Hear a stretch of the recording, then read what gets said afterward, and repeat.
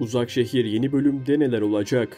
Tekrardan heyecanlı ve önemli bir bölümü geride bıraktık. Şimdi sırada 25. bölümde neler olacak? Hangi gelişmeler bizleri bekliyor? Bunları konuşma zamanı. İlk öncelikle Cihan, Bora'nın intikamını alsın ve Alya ile arasındaki engeller ortadan kalksın isteyenler videomuzu beğensin, sayımızı görelim. O zaman fazla vakit kaybetmeden analiz videomuza başlayalım. Fikriye'nin ardı ardına gelen hamleleri sonunda geçmiş ortaya çıkınca konakta dengeler tamamen alt üst olur. Sadakat uzun süredir içinde biriktirdiği öfkeyi artık saklamaz. Özellikle Bora'nın hayatını kaybetmesinde Alya'nın da bir şekilde payı olduğunu düşünmesiyle birlikte tüm oklar Alya'ya çevrilir. Sadakat için bu yaşananlar yalnızca bir kayıp değil, aynı zamanda ihanettir. Bu nedenle Alya'nın konakta kalmasına kesinlikle tahammül edemez ve onu açıkça göndermek ister. Alya her ne kadar kendini ifade etmeye çalışsa da Sadakat'in öfkesi dinmez. Tüm yaşananlara rağmen Cihan, Alya'nın suçsuz olduğunu yürekten inanır. Onun tarafında duran ve bu karanlığın aydınlatılması için ne yapması gerekiyorsa yapmaya hazır olan Cihan artık yol ayrımına gelmiştir. Gerçekleri öğrenmeden durmayacaktır. Cihan ne olursa olsun geri adım atmaz ve tüm ipuçlarının peşine düşer. Olanların baş sorumlusu olarak Halis'i görür ve ondan bir şey öğrenmek için gözünü karartır. Cezaevine girme pahasına da olsa Halis'le yüzleşmek isteyen Cihan kararlı bir şekilde harekete geçer. Çünkü onun için artık önemli olan tek şey Bora'nın vefatındaki gerçek sorumluları ortaya çıkarmaktır. Cihan'ın bu kararlılığı ve cesareti biz izleyenleri hem duygulandıracak hem de ekran başına kilitleyecek. Ancak işin içinde sadece Halis yok. Gittikçe daha karanlık hale gelen bu sürecin perde arkasında Ecmel'in de olduğunu düşünüyorum. Sezon ilerledikçe Ecmel'in Bora'nın babası olduğu gerçeği gün yüzüne çıkacak ve bu gerçek sadece Ecmel'i değil, tüm ailesini derinden sarsacak. Özellikle Ecmel'in kendi oğlunun hayatını farkında olmadan kaybetmesine neden olduğunu öğrenmesi onun için dayanılması zor bir travma olacak. Bu durum Ecmel'in karakterinde ciddi bir kırılma yaratabilir. Bir yandan Sadakat'in öfkesi, bir yandan Alya'nın çaresizliği. Konakta gerilim her geçen dakika biraz daha artıyor. Cihan'ın bu kaosun içinde hem aileyi koruma çabası hem de Bora'nın intikamını alma arzusu dizinin duygusal yükünü fazlasıyla yükseltiyor. Önümüzdeki birkaç bölümde hem geçmişe dair bazı önemli sırların açığa çıkacağını hem de karakterlerin kaderini değiştirecek büyük yüzleşmelerin yaşanacağını düşünüyorum. Özkan'ın yaşadığı sağlık sorunları Nare'yi derinden etkiler. Onun hastane yatağında güçsüz hali karşısında büyük bir vicdan azabı duyan Nare, içinde bulundurduğu karmaşık duygularla baş başa kalır. Özkan'a verdiği bir söz onun için adeta yeni bir zincire dönüşür. Belki de hayatında ilk defa kalbinin sesini bu kadar net duyarken mantığının ve sorumluluklarının baskısıyla kendine yeni bir engel koyar. Verdiği bu karar Şahin'e duyduğu sevdayla aynı oranda büyük bir yıkımı da beraberinde getirir. Nare'nin kalbi hala Şahin için atsa da içinde bulunduğu durumdan çıkmak hiç de kolay olmayacak gibi duruyor.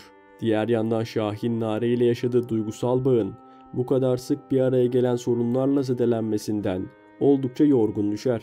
Tam birbirlerine yaklaşacak, her şey rayına girecek gibi olurken kader adeta araya duvar örüyor. Bu kez sorun çevresel değil, bizzat Nare'nin kendi iç dünyasında yaşadığı bir çıkmaz. Nare, Özkan'ın yaşadıklarından sonra onun yanında durmakla Şahin'e kalbini açmak arasında sıkışıp kalıyor. Bu durum Şahin'i fazlasıyla kırarken yaşananların arkasındaki gerçek sorumluyu aramaya başlar ve gözünü karartıp suçlayacağı ilk kişi annesi Fidan olur. Şahin'e göre annesi Fidan eğer biraz daha anlayışlı davranmış olsaydı bu kadar büyük sorunlar yaşanmazdı. Fidan'ın Nare'ye karşı mesafeli ve sert tavırları Nare'nin kendi kararlarını vermek zorunda kalmasına neden oldu. Oysa Fidan baştan beri Nare'ye el uzatsaydı belki Özkan'la ilgili durum bu denli büyümeden çözülebilir.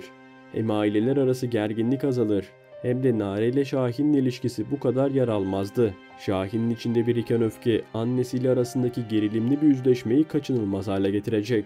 Tüm bu yaşananlar Nare ve Şahin'in aşkını yeniden sınarken Özkan'ın durumu ve Fidan'ın tutumu bu ilişkinin kaderini belirleyecek en önemli faktörler olacak. Nare her ne kadar Şahin'e olan duygularını bastırmaya çalışsa da Gözlerinden okunan sevgi ve pişmanlık, onun da kalbinin hala Şahin'de olduğunu açıkça ortaya koyuyor. Ancak bazen duygular yeterli olmuyor. Doğru zamanda doğru adım atmak gerekiyor. Nare'nin vereceği karar sadece kendi hayatını değil, Şahin'in de yolunu etkileyecek. Zehrin'in hamileliği önümüzdeki bölümde ya da belki de bir sonraki bölümde Kaya tarafından öğrenilecek gibi duruyor. Bu haber Kaya'yı ilk başta şoke etse de zamanla içinde büyüyen bir sahiplenme duygusu hem Zehrin'e hem de doğacak bebeğe karşı daha farklı bir tavır sergilemeye başlayacak. Kaya yaşadığı tüm kırgınlıklara ve karmaşaya rağmen içinde büyüyen bu sorumluluk duygusuyla hareket edecek. Onun bu kararı sadece Zehrin'in değil, İki aile arasında süregelen büyük çekişmenin de yönünü değiştirebilir. Bebeğin varlığı dizide taşları yerinden oynatacak kadar güçlü bir gelişme olacak. Özellikle Demir cephesinde yaşanacak gelişmeler oldukça dikkat çekici. Zehrin'e karşı istemeden de olsa duygusal bir yakınlık hisseden Demir, bu gelişmeden sonra tam anlamıyla bir yol ayrımına gelecek. Zehrin'in kendisinden uzaklaşmasını ve kalbinin hala Kaya'ya ait olması Demir'i derinden etkileyecek. Zehrin'in bebeği dünyaya getirme kararlılığı, Demir'in içinde büyüttüğü intikam duygusuyla çakışacak ve bu iç hesaplaşmanın eşiğine sürükleyecek. Diğer yandan aileler arasında halihazırda var olan gerginlik de bu gelişmeyle birlikte iyice tırmanabilir. Zehrin'in taşıdığı bebek sadece bir can değil, aynı zamanda iki taraf arasında gerilimi arttıracak yeni bir sebep haline gelebilir.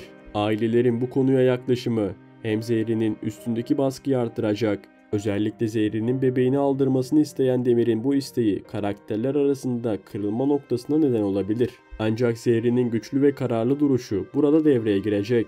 Yaşadığı tüm zorluklara, üzerindeki tüm baskılara rağmen içinde taşıdığı bebeği korumak için mücadele verecek. Alya için duygusal anlamda oldukça yıpratıcı bir bölüm bizleri bekliyor.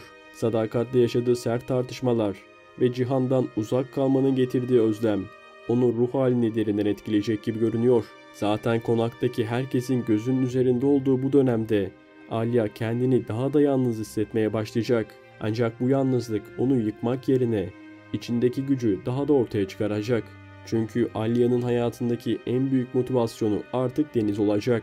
Deniz'e olan bağlılığı Alya'nın en büyük dayanığı haline gelecektir.